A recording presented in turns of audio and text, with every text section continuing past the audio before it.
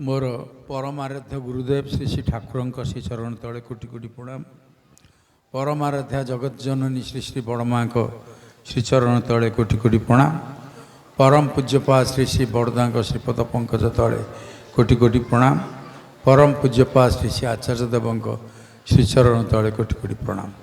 आज सत्संग उपस्थित सम्मान्य ऋतिक देव मंडली कर्मी मंडली भाई माँ और स्नेहर पिलामान आज आमर अंचलर षष्ठ वार्षिक सत्संग उत्सव अनुष्ठित होउछि। या पछरे जो पिलामानकर आंतरिक प्रचेष्टा रही से मंगल कामना श्री श्री ठाकुर शिक्षण प्रांतरे मु करुछि एवं आपण माने जो माने एई शीत काकरे दीर्घ समय धरी बसी श्री श्री ठाकुर दिव्य भावदर्शन स्नात होउछंती आपण मानकर मध्य मु मंगल कामना करुछि। एथि पूर्व आज आप नगर कीर्तन देखी श्रद्धेय बापी किभली भाव में उदंड कीर्तन कले से कीर्तन सहित आप मैंने ताल दे नाचुले।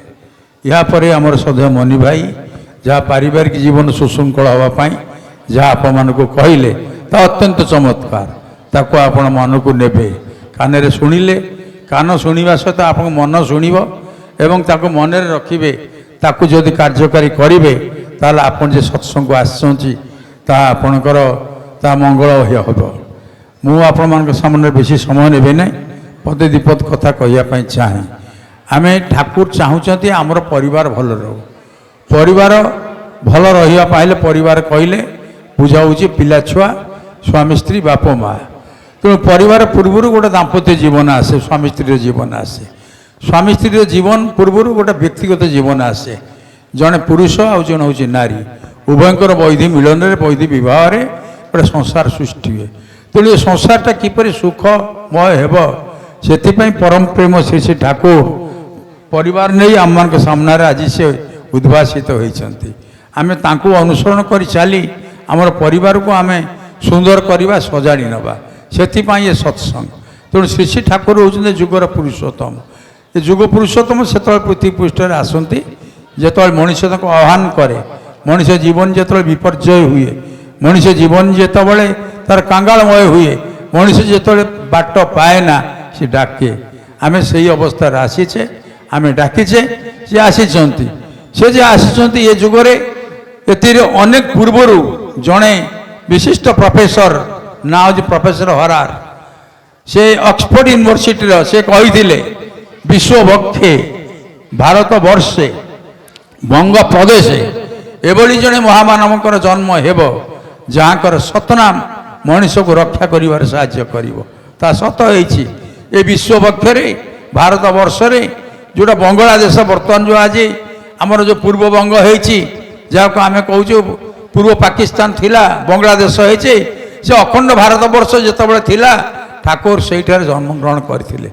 सी आसी सतनाम नहीं आसी आम मान प्रदान कर सतनाम एक महत्व रही महिमा रही आपन जदि सतनाम जप कर चलिए देखिए आपण शांत होती शिष्ट होती आपण सुस्थ होती आपण जीवन को आप उपभोग कर गोटे प्रश्न आप मन में आसो गोटे नाम गोटे शब्द से कौन मनीष को शांत करे मुझे आपन को किसी यही माइक माध्यम गाड़ी दिए आपण कान शुणिला रक्त आपको निआ लगिला आपण आसी दी चापड़ा लगे मुझे आपन को दुख कथा कहे ये शब्द माध्यम आप शुणिले आप आखिर धार धार लुह गड़ी पड़ा मुझे एपरी एक कथा कहबी आप फेक हसी दौरान हस कथा जिते कथा आपड़ कहते सबू आसी शब्द रू आसी तेणु परम प्रेम एभली आम मान एक शब्द संयोजना कर जहाँ सतनाम कहुए ऋतिक मान जरिया आपण मैंने पाइपर पाई तेणु सतनाम जदि आप जप कर चलिए आपण भितर जहाँ सब गुण रही उत्तम गुण रे परिप्रकाश हो आपण जीवन सुंदर हे मधुमय हो आप आनंद प्राप्ति हे आपड़ जदि आनंद न पाती आप अन्य को आनंद किपर दे पारे तेणु आप आनंद पाइबापे जे आनंदमय घन मूर्ति तांको आपण को अनुसरण करने पड़ो ताकर दीक्षार दीक्षित हाँपाई पड़ो ताकर जो नीति नियम आदर्श जेइचंती ताको मानिया पड़ो देखा जाए अनेक लोकंकर चरित्र संशोधन होती गोटे दंपति बाघर किछि दिन पर ସ୍ତ୍ରୀ ତାକୁ ବାରବାର କହୁଛି ତା ସ୍ୱାମୀ କି ଆମେ କେତେ ଦିନ ଧରି ଏ ଘରେ ରହିବା, ଆମର ଚାକିରି ସ୍ଥଳ ଆମେ ସେଠିକି ଚାଲିଯିବା। ପୁଅ କିନ୍ତୁ ବୁଝାଉଛି ଦେଖ ଅଳ୍ପ ଦିନ ହେଲା ବାହାଘର ହେଇଛି, ବାପା ବୋଉ ବୁଢ଼ା ବୁଢ଼ୀ ହେଲେଣି, ତାଙ୍କୁ ଛାଡ଼ିକିରି ଗଲେ ଲୋକ ଖରାପ କହିବେ। ତାପରେ ଆଉ ଦ୍ୱିତୀୟ କଥା ହେଉଛି ତାଙ୍କୁ ସେବା ଦେବା ଆମର ପ୍ରয়োଜନ ଅଛି, ଆମେ ଘରକୁ ଏବେ ଘର ଛାଡ଼ିକିରି ଯିବା ନାହିଁ। ତାଙ୍କର ସ୍ତ୍ରୀ ବୁଝିଲେ ଇଏ ମୋ କଥା ଶୁଣୁନାହାନ୍ତି। ଠାକୁରଙ୍କର ଦୀକ୍ଷା କିନ୍ତୁ ନେଇଛନ୍ତି। ସେ ଶ୍ରୀ ଶ୍ରୀ ଠାକୁରଙ୍କ ପାଖକୁ ଗଲେ, ତାଙ୍କ ସ୍ୱାମୀଙ୍କ ସହିତ ଗଲେ, କହିଲେ ମୁଁ ଠାକୁରଙ୍କ ପାଖରେ ଯଦି ନିବେଦନ କରେ ତାହେଲେ ଠାକୁର ତାଙ୍କୁ ଅନୁମତି ଦେବେ, ତୋ ସ୍ତ୍ରୀକି ନେଇ ତୁ ଚାକିରିକି ଚାଲିଯା, ମୁଁ ତାଙ୍କ ସାଙ୍ଗରେ ଚାଲିଯିବି। ସେ ନିବେଦନ କଲେ ଠାକୁରଙ୍କ ପାଖରେ, ଠାକୁର ତାକୁ କିଛି ଉତ୍ତର ଦେଲେନି। କହିଲେ ସେଠି କି ଗଛ ଦେଖୁଛି ମା? ନା ସେଟା ପିଜୁଳି ଗଛ ଅଛି। ନା ଗୋଟେ ପିଜୁଳି ଛିଣ୍ଡେଇ ଆଣ। ସେ ଗୋଟେ ଗଛରୁ ଗଲା, ଗୋଟେ ପିଜୁଳି ଛିଣ୍ଡେଇ ଆଣିଲା। ପିଜୁଳି ତାର କଷି ଅବସ୍ଥାରେ ଥିଲା। ସେ ଆସି କହିଲେ ଆଜ୍ଞା ମୁଁ ଯେଉଁ ପ୍ରଶ୍ନ କଲି ମୁଁ କ'ଣ କରିବି? ନା 15 ଦିନ ପରେ ଆସିଲେ ମୁଁ ତାର ଉତ୍ତର ଦେବି। 15 ଦିନ ପରେ ପୁଣି ସେ ଗଲା, ତାର ମନ ଲାଗିଛି ସ୍ୱାମୀ ସାଙ୍ଗରେ ବିଦେଶକୁ ଯିବ। 15 ଦିନ ପରେ ଆସିଲା, ଠାକୁର ତାକୁ ସେଇ କଥା କହିଲେ ଆଉ ଗୋଟେ ପିଜୁଳି ଛିଣ୍ଡେଇ ଆଣିଯା। ସେ ଆଉ ଗୋଟେ ପିଜୁଳି ଛିଣ୍ଡେଇ ଆଣିଲା, ସେ ପିଜୁଳିଟି ପାଚି ଯାଇଥିଲା। କହିଲେ ଏଇ ଯେଉଁ ପ୍ରଥମ ଯେଉଁ କଷି ପିଜୁଳିଟି କେମିତି ଲାଗିଲା? କେମିତି ଲାଗେ? ନା କଷା ଲାଗିଲା। ନା ଏଇ ଯେଉଁ ପରେ ଯେଉଁ ପିଜୁଳି ଛିଣ୍ଡେଇଲୁ କେମିତି ଲାଗିଲା? ନା ମିଠା ଲାଗିଲା, ଭଲ ଲାଗିଲା। ନା ଦେଖ ସେ ପିତାମାତା ହେଉଛନ୍ତି ସେ ପିଜୁଳି ଗଛ, ତୁ ଚେଷ୍ଟା କରୁଛୁ ତୋ ସ୍ୱାମୀକୁ ତାଙ୍କ ଠାରୁ ଛଡ଼େଇ ନେବା ପାଇଁ। ସେ କଥା ମା ଜମା କରିବୁ ନାହିଁ। ତାଙ୍କ ଦୟାରେ ତୁ ଆସିଛୁ, ତୋ ସ୍ୱାମୀ ଆସିଛି, ଏବଂ ସ୍ୱାମୀକୁ ତୁ ଯେତେବେଳେ ଏ ଜନ୍ମରେ ପ୍ରାପ୍ତି ହେଇଛୁ, ତୋର ଉଚିତ ସ୍ୱାମୀକୁ ତାର ପିତାମାତାଙ୍କର ସେବା କରିବା, ତାଙ୍କୁ ସେବା ଶୁଶ୍ରୂଷା କରିବା, ତାଙ୍କ ରୋଗ ଶଯ୍ୟା ପାଖରେ ବସେ ତାଙ୍କୁ ସେବା ଦେବା, ଏ କଥା ସ୍ୱାମୀକୁ ଶିଖେଇବା ଦରକାର। ଭଲ ଦିଗରେ ସ୍ୱାମୀକି ନେବା ଦରକାର।